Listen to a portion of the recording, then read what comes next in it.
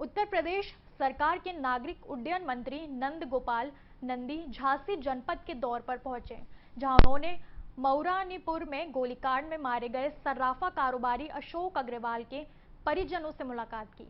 इसके बाद उन्होंने झांसी के सर्किट हाउस में अफसरों के साथ बैठक की और सेना के हवाई अड्डे का निरीक्षण किया। मंत्री ने कहा कि जल्द ही हवाई सेवा शुरू करने के लिए ओएलएस टीम सर्वे करेगी। उन्होंने वहां पर 72 मीटर हवाई जहाज के लिए भूमि सर्वे कराए जाने के निर्देश दिए। साथ ही उन्होंने मौजूदा अधिकारियों के साथ हवाई अड्डे का भ्रमण किया और कहा कि हवाई अड्डे के विकास कार्य में तेजी लाएं, ताकि बुंदेलखंड की जनता को हवाई सेवा का लाभ मिल सके।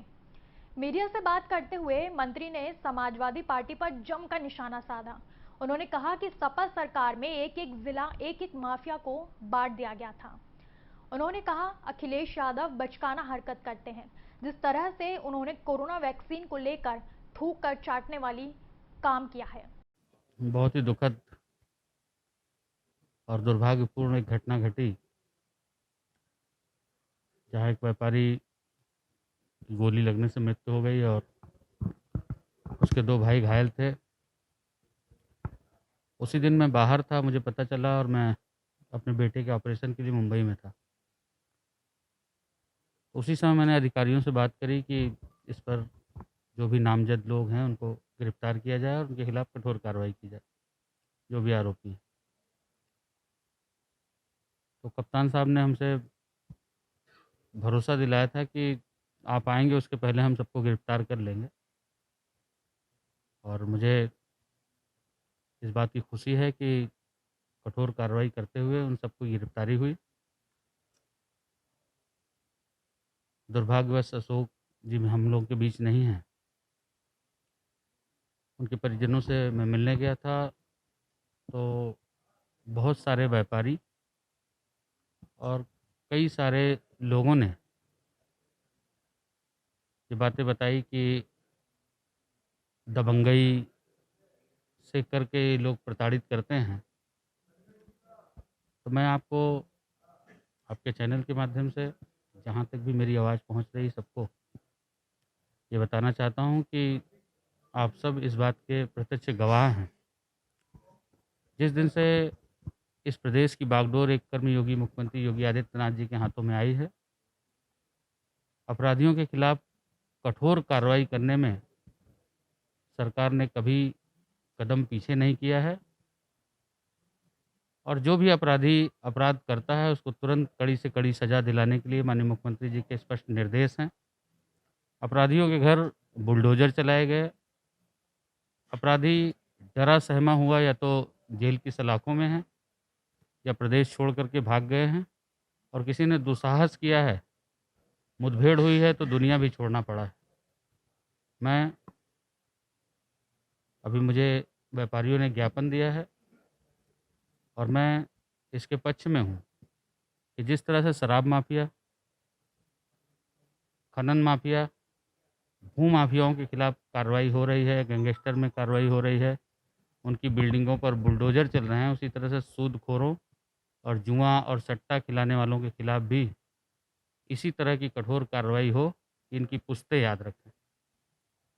अखिलेश यादव ने आज बोला है कि पंचायत चुनाव में नामांकन नहीं करने दिया। देखिए, ये समाजवादी पार्टी के लोग जो खुलेआम गुंडागर्दी करते थे, शासन प्रशासन जैसा कुछ भी नहीं था, एक एक जिला, एक एक माफिया को बांट दिया गया था, अपने हिसाब से चलाया करते थे। आज कानून का शासन है और सभी लोगों को पूरी आज़ादी है कि अपने किसी भी कानूनी काम को किसी भी स्वतंत्रता के साथ कर सकते हैं। इनको आरोप लगाना, और अखिलेश जी की बात, मैं ऐसा समझता हूँ, आप मीडिया जगत के लोग उनकी बात, उनकी बचकाना हरकत, चाहे टोटी की बात रही हो, चाहे वैक्सीन पर पलटनी मारने की बात रही हो, थूक के चाटने वाली बात रही हो, ऐसे सर्वोच्च पद पर बैठे रहे हैं और बचकानी हरकत करते हैं। मैं आदरणीय मुलायम सिंह जी को बधाई देना चाहता हूँ, धन्यवाद करता हूँ कि उन्होंने अपने बेटे द्वारा फैलाए गए भ्रम को तोड़ते हुए इस देश के वैज्ञानिकों और देश के डॉक्टरों पर भरोसा जताते हुए उन्होंने वैक्सीन लगवाई। तो अखिलेश यादव हमेशा इसी तरह की बचकानी हरकत, और क्योंकि अपनी मेहनत से कुछ पाए नहीं, पिता की जमाई हुई चीज़ों पर बैठ करके अपने परिवार को ही लात मार करके भगा दिया, अपने पिता को ही राष्ट्रीय अध्यक्ष पद से हटाने का काम किया, चाचा को धक्का मारने का काम किया, इस प्रदेश का नहीं हो सकता।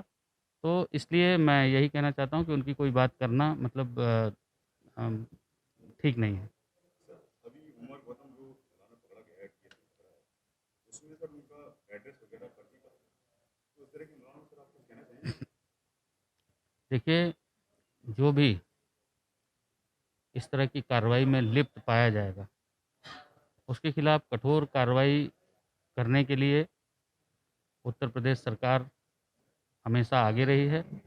माननीय मुख्यमंत्री जी के नेतृत्व में चाहे लव जिहाद की बात रही हो, चाहे एंटी रोमियो के गठन की बात रही हो, हमेशा आगे बढ़ कर के कार्रवाई हुई है।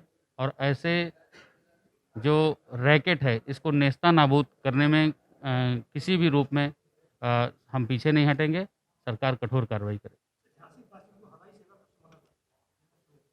देखिए, झांसी में हवाई सेवा की अभी हम लोग मीटिंग करेंगे, मीटिंग के बाद फिर हम इस पर चर्चा करते हैं। सर्वे कई बार हो चुका, फाइल कई बार चल चुकी, देखिए, 8 साल सर्वे और फाइल, क्योंकि रेंजिंग वो फायर रेंज और तमाम ऐसी चीज़ें हैं, एयरपोर्ट क्योंकि बनने में सुरक्षा से लेकर के बहुत सारी ऐसी चीज़ें होती है, जिसको ऐसे नहीं कहा जा सकता कि यहाँ बनेगा। देखने को हमको कुछ भी नहीं दिखता, कोई बाधा नहीं दिखती, लेकिन जब करने पे आते हैं तो तमाम सारे एनओसीज, तमाम सारी चीज़ें होती है।